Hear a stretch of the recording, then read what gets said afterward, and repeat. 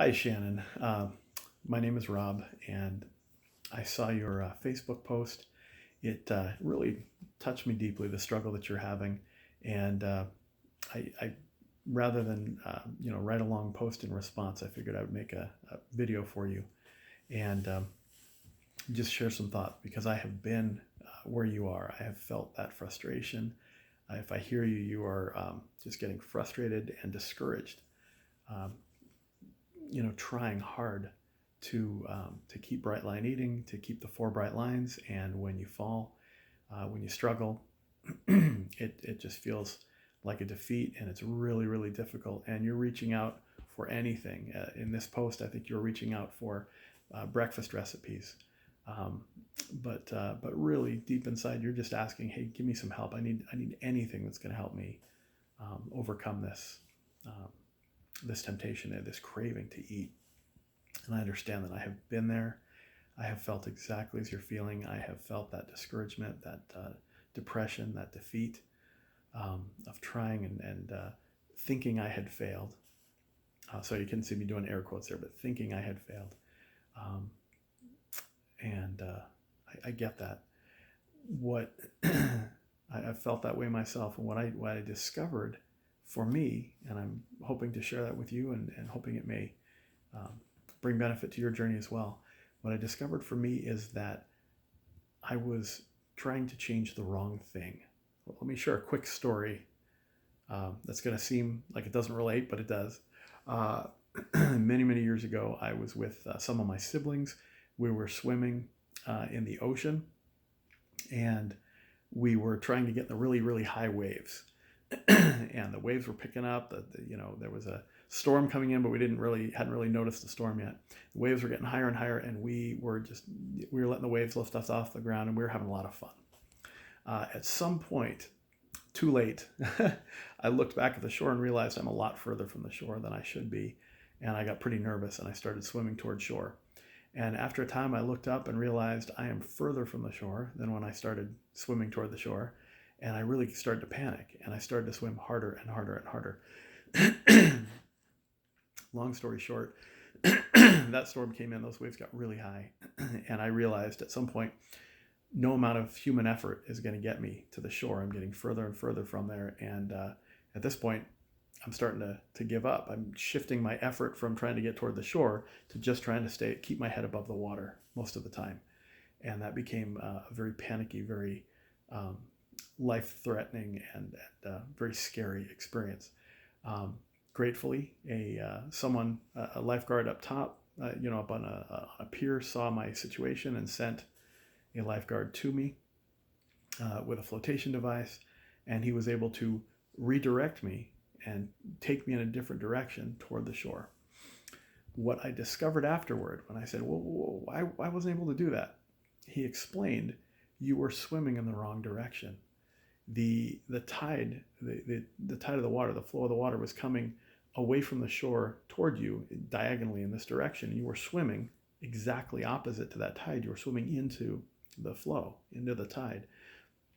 What you needed to do was shift your direction and go perpendicular so that its motion would bring you closer to the shore, just down the shore a bit. You would have been eighth of a mile, quarter mile down the shore, but you'd at least get to shore." And I realized I had been expending plenty of effort, awesome effort, but in the wrong direction. And not only was that wrong direction not getting me close to the shore, but it was exhausting me, and it was making it impossible. There was no amount of human effort that was going to get me in the direction that I was going correctly. It was an impossible task until I just shifted direction. That's all I had to do was shift direction, and then the flow of the water, the motion of the water, carried me or worked with my effort, so that my effort expended was much smaller.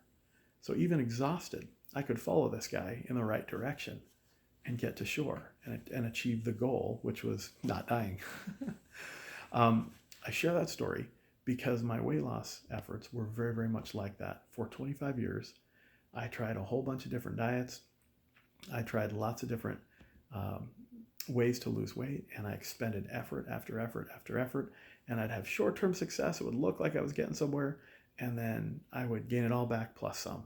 And there was just constant failure. And so that reinforced in me a belief that I can't do this. Other people can, I can't. Until I shifted the direction, if you will. Instead of focusing on changing my behavior, I focused on changing my identity. And when I made that shift, the effort required shrunk. And I was able to put in far less effort. By effort, I'm talking about willpower and self-discipline, right? You're not lacking willpower or self-discipline. I wasn't lacking willpower or self-discipline. And in my swimming story, I wasn't lacking the strength to get to the shore. I had enough strength to get to the shore. I was just going in the wrong direction, and the wrong direction sapped that strength. And in Bright Line Eating right now, going in the wrong direction, trying to change the wrong thing, trying to change your behavior alone is going to sap all your energy, all of your willpower, all of your self-discipline, and you're going to think that the problem is you, that you're weak, and you're not. You're going to think the problem is your willpower, your self-discipline, and it's not. And you might be tempted to think the problem is other things, like I don't have enough breakfast recipes, or I don't have enough of this or that or the other. It's not those things. What controls our ability to succeed in a goal is our identity. And when you change, you put forth a fraction of the effort that you're putting toward trying to change your behavior, put that effort toward changing your identity, and you're going to see a massive result. So what is identity? Identity is a combination of three things: our deeply held core beliefs about ourselves, the world, and ourselves, others, and the world around us. So deeply held core beliefs, our self-image, and our paradigms, the way that we choose to interpret and look at things. Those three things constitute our identity, and our identity is like a mirror or a filter. So before you leave the house every morning, you probably, and I know in COVID-19 right now, we're not leaving the house at all, but back when you were leaving the house, before you left the house, you'd get yourself ready, and you'd probably check yourself in a mirror. Do I look okay? Did I, is my hair brushed? Is my, whatever. For me, is my face shaved? Is my hair combed in the right direction? Is my tie on straight? Whatever. You check yourself in the mirror. Do I look good? Okay, now I can exit the door and go out into the world. So our identity is like a mirror or filter that we check ourselves in. We check our thoughts, our words, our actions, our beliefs against this filter before we let them out into the world. And if they don't match, we change them. Just like if you look in the mirror and you go, oh my goodness, I don't look good, something's wrong, I have a stain or whatever, you change, right? Before you go out. Same thing, we change based on that filter before we go out. The problem is, if your mirror shows you an inaccurate picture, if your mirror is wrong, you're going to have a tough time getting ready and getting out there into the world in the right way. And that's what happens when our identity is incorrect. Then we have a wrong idea in our heads, just like I had a wrong idea in the Pacific Ocean of I need to swim that direction. Plenty of effort, plenty of belief, plenty of willingness. But if it's an inaccurate picture, if it's an inaccurate idea, the law is I'm not going to be able to get there. And that is exactly what happened until somebody who could see clearly redirected me. And so I hope my experience may be helpful to you. So how do you change your identity? I discovered, for me, 7 different changes that I had to make in my life that would allow that identity to change, or that would actually change the identity. I'll share those really, really quickly. I don't want this to be too long a video. I'll share those really quickly, but if you have questions about them, I want you to feel free to reach out. I'll be more than happy to explain them in more detail. The first one is I had to change my thoughts. And I had to stop accepting that I was a victim of my circumstances, or that my circumstances had control of me and my life. And I had to shift to believing, truly believing and knowing that I was created to have control over my circumstances. I was not created to be acted upon, but to act. And accepting that was the first big shift for me. When you make that shift, a great way to do it is to look back and find times in your life when you stepped up and you had control over your circumstances and you made things work, when you made a change, and use that as evidence and remind yourself, I am created to have control over my circumstances. Now, what if you've never had one of those moments before? What if this is your first time controlling your circumstances? And that's okay.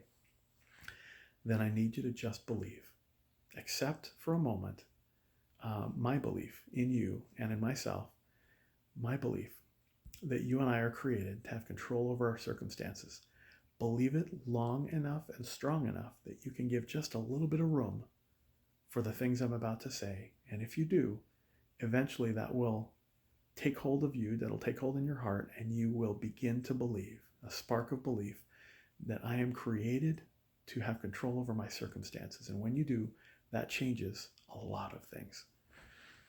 Second second shift was, for me, was language. I needed to stop using the language that gave away my power and begin to use language that assumed or took control of that power. I used the language of someone in the driver's seat, not the passenger seat. Susan talks about this. Susan Pierce Thompson talks about this in a video. She stopped using the word can't, like I can't eat that, and began to use the language of I don't eat that, or I choose not to eat that. It's a subtle difference. The outward result is the same. You don't eat the food. But the inward result is vastly different. When I say can't, I'm subjecting myself to circumstances. I can't. I'm a captive, right? When I use language like I don't or I choose not to, I'm taking control. I'm the driver. I'm the captain, not the captive. Another example is words like should or need to or ought to. When I say I should, I need to, I ought to, what I'm suggesting subconsciously to my brain is that the motivation for those things comes from out there. Someone else wants me to do that. Susan wants me to eat that way, or Rob wants me to eat that way, or someone, my parents want me to eat that way, or whatever. My husband or wife or kids want me to eat that way. But when I say I choose, I will, I commit to, that motivation is coming from inside. And it means that my heart, mind, and body are all in the same direction. They're moving in concert with each other. It's a very powerful shift in the way that we do things. And also, as part of that, shifting away from using words like I'd like to, I'm interested, I ought to, and shift it to I'm committed, I will do this. Try saying that. Just say something. Say, I'm interested in bright line eating, or I'd like to eat better. Now shift it to I will eat 3 meals a day with nothing in between. I will avoid sugar and flour. It's a difference. You can feel it. It's almost a tingle inside. Okay, you can feel that power from those words. When you combine that with your thoughts, I'm meant to control my circumstances. I will do this. You begin a motion that moves you in the right direction. The third shift is knowledge. And this is partly the humility to accept that some of the things I know about nutrition and weight loss are incorrect. I may have picked up some incorrect paradigms and principles along the way. And I also recognize that I don't know everything. There are gaps in my knowledge, so I need to learn. And then it's the humility and commitment to learn every day, to spend time learning things that will teach me. So watching some of Susan's videos, reading Susan's book. I probably read the book 3 or 4 times at this point, and continue to educate myself, continue to learn from others about how to do this correctly. People that have been successful in it. Okay? So that commitment to learning and that humility to reject incorrect principles and to find and accept the correct principles and to continue learning, that is the third shift that I made.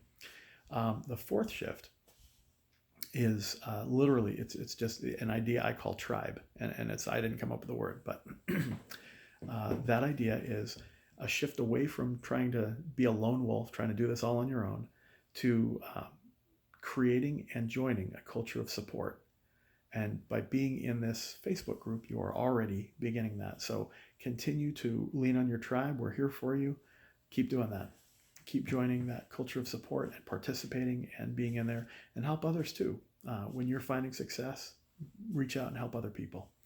The fifth shift, this is the most, I don't want to say the most difficult because I don't want to discourage you. It requires the most effort. It's the biggest change, at least for me, but it is also the most rewarding. And that is a shift in motivation or driving emotion. The fifth shift is taking control of my emotions and I stopped letting fear drive me and began to be driven instead by love and faith. And when I say faith, I'm not suggesting a specific religion or religious principle to you. Though I am a religious person, that's not what I'm trying to impose. What I mean by faith is simply belief in yourself, in the program, in the fact that you can do this. Okay? So right now, in many instances in our lives, fear is in the driver's seat. It is what drives us. It is what pushes us. It is what motivates us. The problem is that fear triggers the part of your brain that drives overeating, that drives us to dissociate from our pain and shame and fear and other negative emotions through coping mechanisms. And if you're in a Bright Line Eating group, one of your coping mechanisms just might be food. Mine was for years. When you get fear out of the driver's seat and you are driven instead by love and faith, love and belief trigger the parts of your brain or enhance the parts of your brain that are problem solvers, that fix things, that move forward, that see a possibility, that move toward it with belief, with determination, with that find the ways to do it. Fear says there isn't a way. Fear says I can't. Love and faith say I can, and I'm going to take a step forward even though I don't see the end yet. Even though I don't see the path, I don't see how I'm going to get there. I'm going to take a step forward, and the path will open itself up to me. And I will get there eventually as I keep taking steps forward. And believe me, that thought difference is driven by emotion. And to do that, you need to take control of your emotions and get fear out of the driver's seat. Fear is a part of life. You're not going to remove it entirely from your life. Think of yourself like a bus driver. Fear and doubt and worry, they're allowed on the bus just like love and faith and joy and gratitude are allowed on the bus. But you're the driver. They can get on the bus, but they sit in the back. They do not drive the bus. Okay? You drive. And you choose which emotions get to sit near you, like love and faith and gratitude. Okay? And the sixth shift is, I should mention with shift 5, not only did that help in my Bright Line Eating journey, but it helped me also to become a better parent, helped me to become a better friend, helped me to become better in my other roles, and it vastly improved my life in general. So there you go. The sixth shift is a kind of a twin. I call it sacrifice and gratitude. So anytime that you're making a change in your life, you're going to give something up. That's the law of the universe, right? Everything requires a price. In this case, you're giving up flour and sugar. In this case, you're giving up second breakfast and second dinner and third dinner if you were anything like me, and all those snacks in between. You're giving up eating unlimited portions and you're portioning out your food. That willingness to sacrifice and that shift away from pining after what you're giving up and looking instead at what you're getting makes all the difference in the world. If you walk in the kitchen every day and you look at the fridge and just pine after and go, oh, what am I giving up? Look, I'm going to try not to open the fridge. I'm going to try not to open the fridge. Guess what? You're going to open the fridge because that's where you're focusing. That's where your eyes are. That's where your focus is. Instead, focus on not what you're giving up, but what you're getting, who you're becoming in the process. As you focus on the things you're getting, I'm gaining control over my body. I'm gaining control over my mind. I'm gaining freedom. I'm gaining health. I'm gaining satisfaction. I'm gaining happiness, joy. As you focus on those things and they drive you, it becomes a vastly different journey. And there's a lot more gratitude in that in that journey, expressing gratitude for the things you're getting instead of pining after what you're sacrificing. And the seventh and final shift was simply, it's the shift I kind of started off talking about, right when I said I was changing the wrong thing. I was trying to change my behavior instead of changing my identity. That shift is a shift away from results-based goals to a shift toward identity-based goals. Instead of saying, I want to be 175 pounds, because I started at 375. I started 200 pounds ago. Instead of saying I want to be 175 pounds, in which case I've got to wait until I get there before I'm happy, before I celebrate, right? My goal shifted to who I was becoming. I'm becoming a healthy man. I am a healthy man because I can be a healthy guy today. Even at 375 pounds, I can be a healthy guy today. And I can follow the 4 bright lines today and pat myself on the back and celebrate today. Yes, I did it. I made it. When you shift away from focusing on the behavior and the results to focusing on who and what you're becoming in the process, that changes that direction. That helps you change that direction. By making these 7 shifts, my identity changed. I became a person who no longer craves NMF. I can serve it to my kids, and I don't want it. I'm not tempted to eat it. I simply don't want it because I love who I've become in the process. And this, I'm excited for this for you. You're going to remove fear out of the driver's seat, and you're going to fall in love with yourself, not some conceited or weird way, but in a natural and good way. When that happens, you are no longer swimming against the current of just trying to change your behavior with an old identity snapping you back constantly. You've changed your identity. You're swimming in a new direction. There's much less effort required. It's much easier to follow that path. And you're swimming with the current. So you have the strength of all those laws that you're now obeying naturally pulling you along. It becomes easier to do. The effort, instead of swimming with massive effort trying to change your behavior, the effort you're expending is in changing your identity. And that's a much more rewarding effort. So that said, I applaud you in your journey. I am excited for you. I encourage you to seek to change your identity. If you have questions about any of this, I know I just threw a whole bunch of information at you in 20 minutes. But if you have questions about this, reach out. I'm happy to answer. And yes, I applied this. I was my own first client. I teach other clients how to do this all the time. And as I coach people and teach them, every single person that applies these 7 shifts deliberately and with conviction, they are successful. They shed the excess weight, they keep it off, and they change, and that change is permanent. It's not a change where you're constantly trying to change your identity every day. Yes, we work to refine that, but every time you make a gain in changing that identity, you don't slip back, you don't snap back. That identity stays changed, and that's exciting. That's a great, rewarding thing. So anyhow, I just want to express my faith and belief in you. You've got this. You can do this. Change your identity. You are unstoppable. You've already found a program that works. You already know that you are enough, or if you don't, please trust me when I say you are enough. You can do this. You are enough. The problem with the reason that your results were not what you wanted them to be was not you. It was not a lack of willpower or self-discipline. You weren't lacking the motivation or the effort or the willingness. You were, again, just swimming in the wrong direction and you didn't know. Let me be that lifeguard that says, hey, swim in this other direction, change your identity, and you've got this. I believe in you. I'm cheering for you. Our whole group is cheering for you. You can do this. Have an amazing, amazing day. Best of luck to you. Take care.